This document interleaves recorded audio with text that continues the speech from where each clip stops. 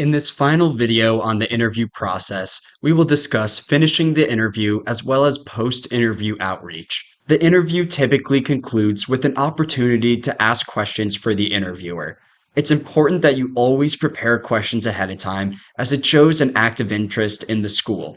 I recommend preparing between 3 and 7 questions regarding either the school or your interviewer if provided by the institution. These should be open-ended questions that yield meaningful information. A question like, "Is there research available on campus?" yields a yes or no response and no actual discussion. I also recommend ranking your prepared questions from most to least important in case time is limited. Now let's talk about thanking your interviewers. It's common practice that applicants will send either a written or digital thank you letter to their interviewers within 1 week of the interview itself.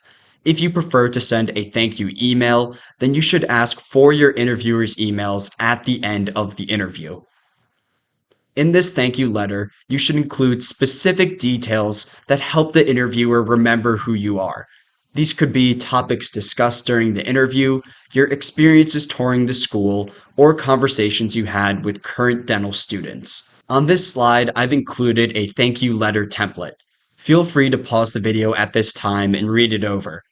You might notice on the second line of this template, there is space to include topics or experiences discussed during the interview.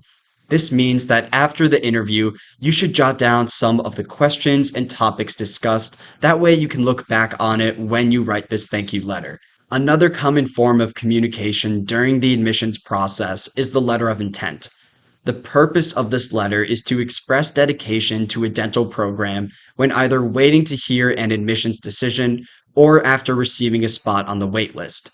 This letter unofficially commits you to attending a specific dental school if accepted, meaning it should only be sent to a maximum of 1 school. The letter is typically sent to the director of admissions and the individual interviewers. Its length is 1 page or less, and the timing of this letter depends on your approach. If you received an interview in the first wave, you could send this letter in mid-November in hopes of receiving an early acceptance. If you did not receive an interview, or if you received an interview then were waitlisted, you could send this letter in mid-December. There are 3 goals when sending a letter of intent.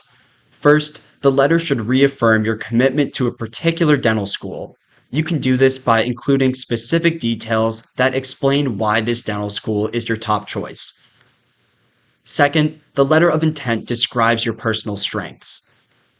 Third, it should explain how you will contribute to the dental school if accepted. On this slide, I have produced a letter of intent template. Feel free to pause the video at this time, read over the template, and think about how you would fill in the various blanks.